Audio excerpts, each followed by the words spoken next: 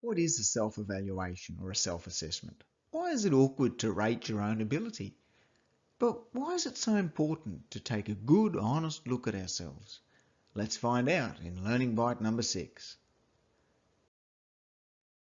Do you find it awkward to look at yourself in the mirror? For most of us, it's okay, and at least a daily necessity to check ourselves and make adjustments. And the abundance of selfies shows it's common to want to look at ourselves. But when it comes to checking our inside person and making changes, well, that seems more difficult. As a Scottish poet once said, "Oh, if some power would give us the gift to see ourselves as others see us." So, the purpose of a self-evaluation is to examine ourselves. Why is self-assessment of work skills and behaviour effective and important? Only we know what's going on inside us, or where we want to be. To know our strengths and weaknesses. This will make us a better worker because you need to know yourself before you know where to improve, what to target. We need to know if we're meeting organisational standards. And so a self-evaluation helps in our own self-development. Let me give you an example about why it's so important. There was two families out camping, and the dads went to chop wood for the fireplace. Now the first walked into the bush, he started chopping with the same axe as last year, and soon he was tired and he was sore and he only had a few bits of wood. The other one had thought about it, and beforehand he'd sharpened his axe before leaving home. He unwrapped the axe, he strolled around until he found a dead tree, and he made a few swings and returned with an armful of timber to keep the fire burning all night. Now, how can this help you? The idea is work smart before you work hard. Apply your skills and your work will be easier and more productive. And so a self-examination will help you to know where your axe needs sharpening.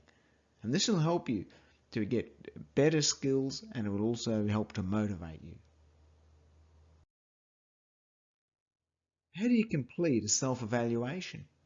Now this could be by looking at your customer satisfaction records. Or are you meeting time deadlines or targets or KPI, the key performance indicators? There's also evaluation forms. There's one included with this learning bite at the end. So, how are you going at work?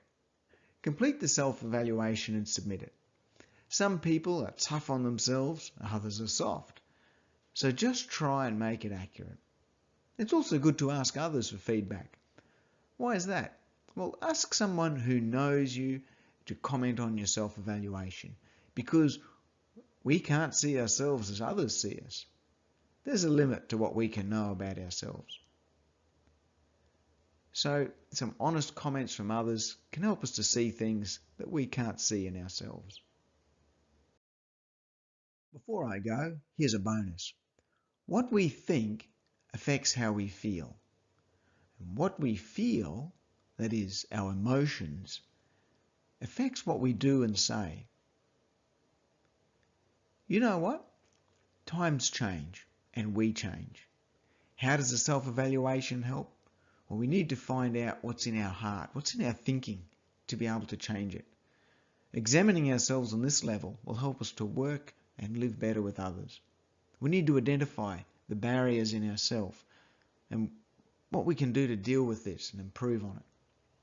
So, when you did the self-evaluation, what surprised you about yourself? Well, in summary, what do you need to do? Think about your skills and what you're good at. Look for areas that need improving and submit that self-evaluation. Hey, thanks again for joining us, and don't forget to complete the short test below.